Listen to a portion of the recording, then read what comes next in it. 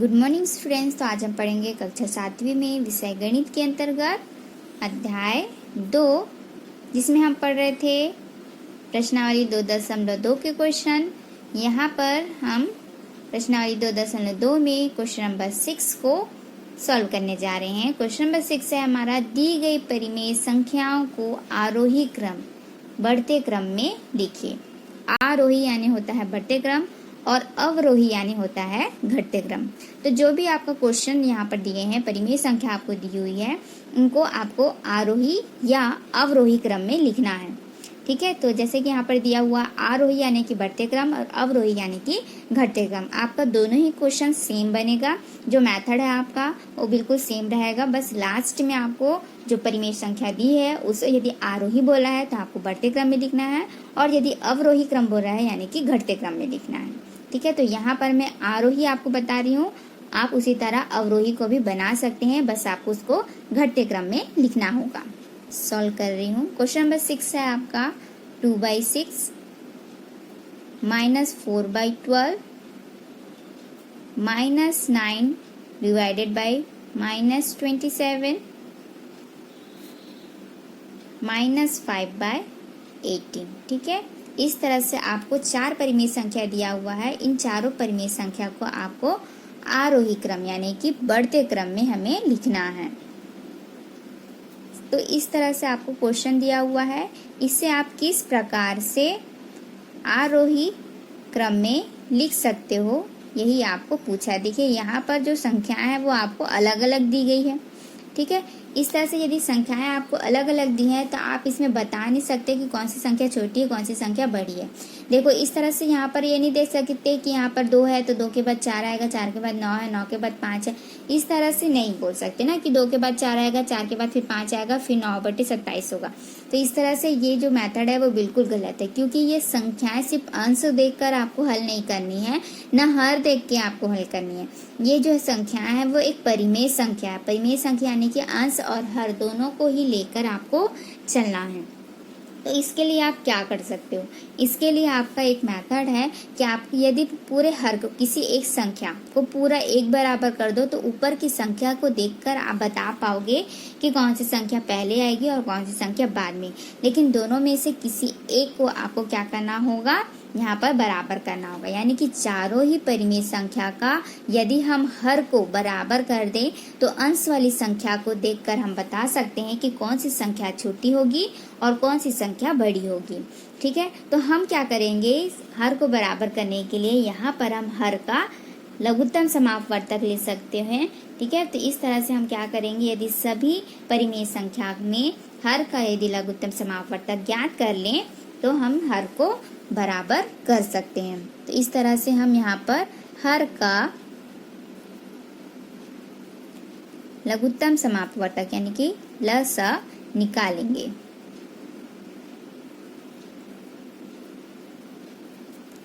तो लघुत्तम समापवर्तक हमने पिछली कक्षाओं में पढ़ा हुआ है, इस तरह से आपको बनाना होता है। यहाँ हम लिखेंगे हर का निकाल रहे हैं, इसलिए हर हमारा 6 है, 12 है। देखिए यहाँ पर -27 है, लेकिन हम यहाँ पर सिर्फ 27 लेंगे, माइनस यूज नहीं करेंगे, क्योंकि सिर्फ हम हर का यहाँ पर संख्या का निकाल रहे हैं, माइनस से हमको कोई मतलब नहीं है यहाँ पर। ठीक है, तो लघुत्तम कहता है कि हमें ऐसी संख्या लेना है जो इससे पूरी तरह से डिवाइड कर सकता है।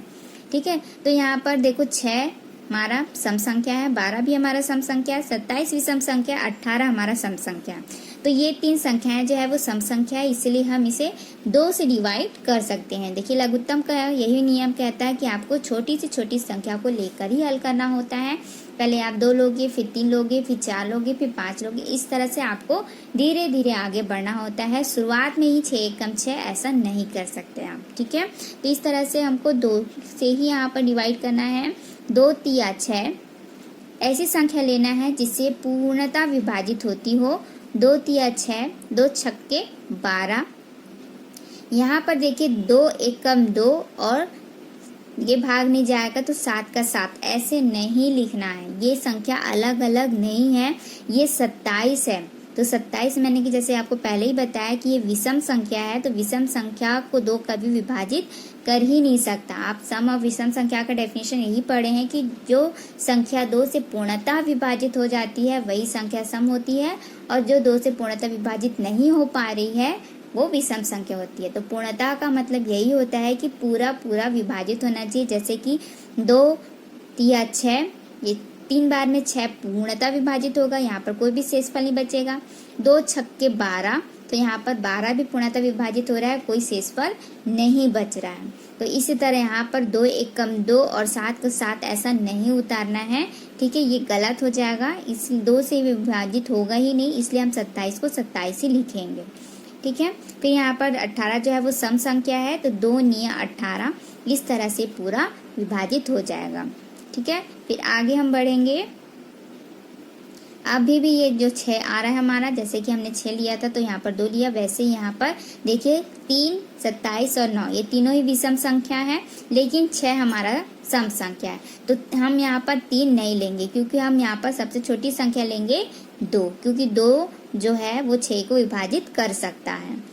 तो इस तरह से 3 तो विभाजित नहीं होगा, 2 तिया 6 होगा, 27 विभाजित नहीं कर पाएगा, ठीक है, 9 को भी विभाजित नहीं कर सकता 2, इसीलिए हम इसको वैसे ही लिखेंगे। तो इस तरह से हमारा जो चारों ही संख्या है वो क्या हो गई है, अब विषम संख्या हो गई। तो हम विषम संख्या से देंगे, यानी कि 3 से देंगे, ठीक है। तो 3 एक कम 3, 3 एक कम 3, 3 निया 27, 3 तिया 9, ठीक। अभी हमारा क्या है, ये विषम संख्या है, तो हम विषम संख्या देंगे, ठीक है। यहाँ पर डायरेक्ट 9 एक कम 9 नहीं करना है, हमको छोटी संख्या ही यूज करना है। एक उतर जाएगा, यहाँ पर भी एक उतर जाएगा, 3 तिया 9, 3 एक कम 3, अभी भी हमारा 3 बचा हुआ है, हम इसको भी सॉल्व कर लेंगे।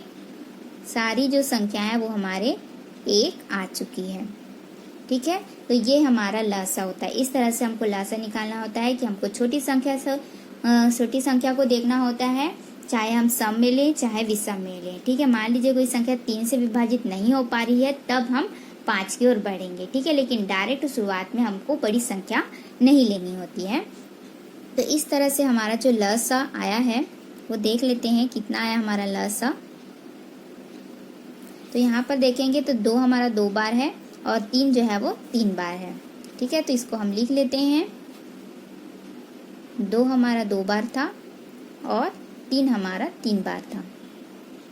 तो अब इसे हम गुणा कर लेते हैं, 3 तिया 9, 9 तिया 27, 27 और 4, ठीक है, कितना हो जाएगा हमारा 108, ठीक। तो इस तरह से हमारा लसा आया हुआ है, ठीक है।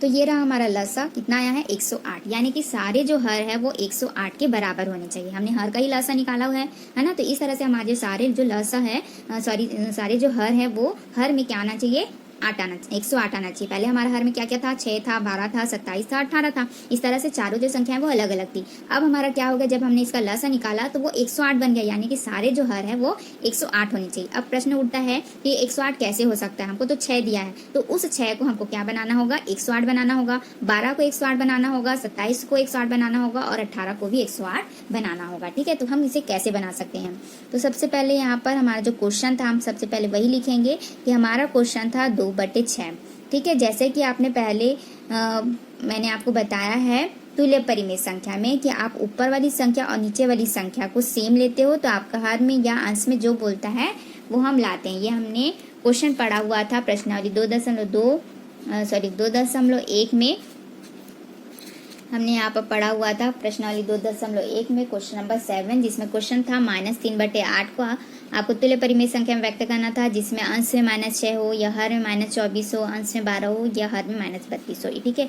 इस तरह से हमने प्रश्नावली 2.1 में ये क्वेश्चन सॉल्व किया था। वैसे ही आपको यहाँ पर भी करना है कि आपका जो हर है वो आपको दिया हुआ है 108 आपको लाना है, ठीक है। तो आपको ऊपर और नीचे ऐसी संख्या लेना है, तो यहाँ पर 108 है तो 6 हमारा हर में है, तो हर में ही देखेंगे कि 6 कैसे 6 में हम कौन सी संख्या से यहाँ पर गुणा करें कि 108 आ जाए, ठीक है। तो ज़्यादा दिमाग आपको यहाँ पर नहीं लगाना है, इसका एक ट्रिक है कि आप किस प्रकार से कर सकते हो। देखिए यहाँ पर हमारा क्या है 6 है, तो यहाँ पर जो हमने गुणा किया है लसा निकाला है, ये पूरा लसा जो है वो 108 है, ठीक है। तो देखिए यहाँ पर 2 और 3, 2 और 3 कितना होगा, गुणा करोगे तो 2 तिया 6, तो 6 आ चुका है हमारा। ठीक है, 6 में ही आपको ऐसी संख्या से गुणा करना है जो इसमें 108 आ जाए। तो 6 हमारा आ चुका है, तो बचा क्या क्या, ये 3 और ये 2, यानी कि 3 तिया 9 और 9 दूनी 18। तो 18 में 6 का गुणा करोगे तो 108 आपका आ जाएगा। ठीक है, तो इससे ही आपका पता चल जाएगा कि आपको 108 कैसे लाना है। तो मैंने जैसे कि यहाँ पर बताया आपको कि 108 कैसे आएगा। हमारा 6 दिया हुआ है, तो यहाँ पर हम गुणा करेंगे किससे, 18 से। तो ऊपर वाली संख्या में भी हमारा 18 ही होगा, है ना। तो 18 छक्के 108 हो गया, और 18 दूनी यहाँ पर कितना हो जाएगा, 36। ठीक है, तो इस तरह से यहाँ पर हमारा पहला परिमेय संख्या आ गया है, जिसमें हमारा हर जो है वो 108 है।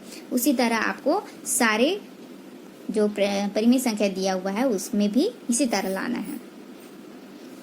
तो इस तरह से मैंने यहाँ पर लिख लिया है कि आप किन किन संख्या का गुणा करेंगे तो हमारा जो हर है वो 108 आ जाएगा। जैसे कि हमारे यहाँ पर क्वेश्चन था -4/12, तो यहाँ पर जो हमने हर निकाला हुआ था आपको याद होगा। तो इस तरह से मैं यहाँ पर आपको फिर से दिखा दे रही हूँ कि हमने हर क्या निकाला हुआ था, लसा, हर का लासा। ठीक है, इस तरह से। तो पहला क्वेश्चन है आपका 12, तो 12 किस तरह से आएगा, देखिए यहाँ पर 2 दूनी 4, 4 तिया 12। ठीक है, इस तरह से 2 दूनी 4 और 4 तिया 12, 12 आपका क्वेश्चन में था। तो कितना बच गया आपका, 3 तिया 9, तो हमने 9 से यहाँ पर मल्टीप्लाई किया है। ठीक है, इस तरह से आप देख पाओगे कि यहाँ पर मैंने 12 जो दिया हुआ था तो मैंने 9 से यहाँ पर मल्टीप्लाई किया है। उसी तरह सेम यहाँ पर आपका थर्ड क्वेश्चन दिया है 27, तो 27 कब आएगा, तो इस तरह से यहाँ पर देखेंगे 3 तिया 9, 9 तिया 27। ठीक है, तो क्या बचा हमारा, 2 दूनी 4, तो यहाँ पर मैंने देखा आपने कि जब 27 था तो मैंने यहाँ पर 4 से मल्टीप्लाई किया हुआ है। ठीक है, फिर नेक्स्ट देखते हैं 18 हमको दिया हुआ है, तो 18 कब आएगा, तो देख सकते हो यहाँ पर 3 तिया 9 और 9 दूनी 18। ठीक है, यानी कि बचा क्या, 3 तिया 9 और 9 दूनी 18, तो बचा यहाँ पर 3 दूनी 6, जैसे कि हमने पहले फर्स्ट क्वेश्चन में यहाँ पर किया हुआ था। 6 दिया था तो 18 से मल्टीप्लाई किया, अब 18 दिया तो 6 से मल्टीप्लाई करेंगे। ठीक है, तो इस तरह से हमने यहाँ पर सारे जो परिमेय संख्या दिए हुए थे उसको मैंने हर में 108 ले आया है। ठीक है, अब यहाँ पर बात आती है कि माइनस का क्या करें, तो माइनस देखिए यहाँ पर माइनस है, यहाँ पर प्लस है, तो प्लस माइनस हो जाता है हमारा माइनस। ठीक है, यहाँ पर हमारा फिर से वही है, minus plus minus, minus plus minus. ठीक है, अब देखिए यहाँ पर ऊपर और नीचे दोनों ही माइनस है, तो माइनस माइनस कैंसिल हो जाएगा। तो इस तरह से हमारा आंसर जो है वो प्लस में आ जाएगा। तो कैसे आ जाएगा हमारा आंसर, 36/108, क्योंकि दोनों ही माइनस जो है वो कैंसिल आउट हो जाएंगे। यहाँ पर माइनस प्लस माइनस, यहाँ पर माइनस नहीं इसलिए यहाँ पर नहीं लगाया। ठीक है, तो इस तरह से हमारा जो परिमेय संख्या था उसका हर मैंने 108 लिख लिया है। तो इस तरह से मैंने सारे जो हमारे परिमेय संख्या आए हुए हैं उसको मैंने लिख लिया। ठीक है, पहला है हमारा 36/108, उसके बाद सेकंड हमारा -36/108, थर्ड है हमारा 36/108 और लास्ट है हमारा -30/108। ठीक है, इस तरह से हमको दिया हुआ है, इसे हमको बदलना है किसमें, आरोही यानी कि बढ़ते क्रम में। ठीक है, तो आप यहाँ पर लिख सकते हैं आरोही क्रम में, आरोही क्रम में। इससे आपको पता चल जाएगा कि आप किस क्रम में लिखने वाले हो। ठीक है, तो हमें लिखना है आरोही क्रम में यानी कि बढ़ते क्रम में। तो इसे हम किस प्रकार से लिख सकते हैं, तो बढ़ते क्रम यानी कि जो संख्या आपको छोटी दिख रही है उसको आपको पहले लिखना है, उसके बाद बड़ी संख्या। ठीक है, यही होता है हमारा बढ़ते क्रम में, छोटे से बड़ा। तो यहाँ पर देखिए छोटा और बड़ा कैसे होगा, देखो यहाँ पर भी 36 है, यहाँ पर भी 36 है। ठीक है, तो कैसे छोटा बड़ा हो सकता है, प्लस माइनस देखिए। तो आपको याद होगा कि जो संख्या छोटी दिखती है माइनस में, है ना, सॉरी, जो माइनस वाली संख्या होती है वो छोटी होती है प्लस वाली संख्या से। तो इस तरह से माइनस वाली संख्या को आपको पहले लिखना चाहिए।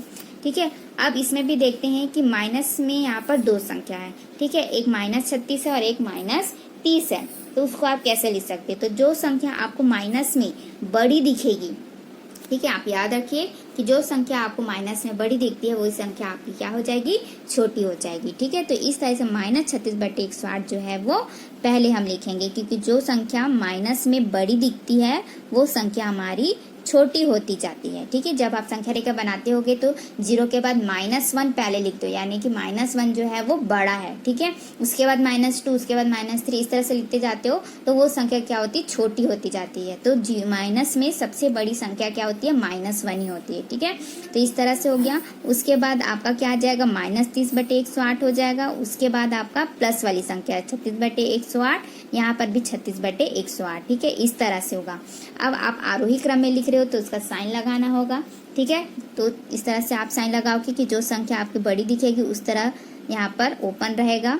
ठीक है, इस तरह से। अब देखिए ये दोनों संख्या जो क्या है, बराबर आपको दिख रही है, तो यहाँ पर हम बड़े छोटे का निशान नहीं लगा सकते क्योंकि ये दोनों ही संख्या क्या है, आपकी बराबर है। ठीक है, तो इस तरह से आपको पूरा कंप्लीट करना है। उसके बाद हमारा क्वेश्चन ये नहीं था, हमारा क्वेश्चन था क्या क्या था, 2/6, -4/12, -9/-27 और -5/18, ये हमारा प्रश्न था। ठीक है, ये प्रश्न था क्या, नहीं, हमको उस परिमेय संख्या को अरेंज करना था। तो हमने ये सब कहाँ से लाया, उस प्रश्न से ही लाया है ना। तो यहाँ पर देखिए -36/108, ये देखिए ये -36/108 किसकी वजह से आया है, -4/12 की वजह से आया है। इसलिए हम यहाँ पर आरोही क्रम में जब -36/108 है वहां पर हम लिखेंगे -4/12। क्लियर है। उसके बाद जो साइन हमारा वैसे ही लगाएंगे। अब हमारा क्या है, -30/108, तो -30/108 किसकी वजह से है, प्रश्न हमारा -5/18 है।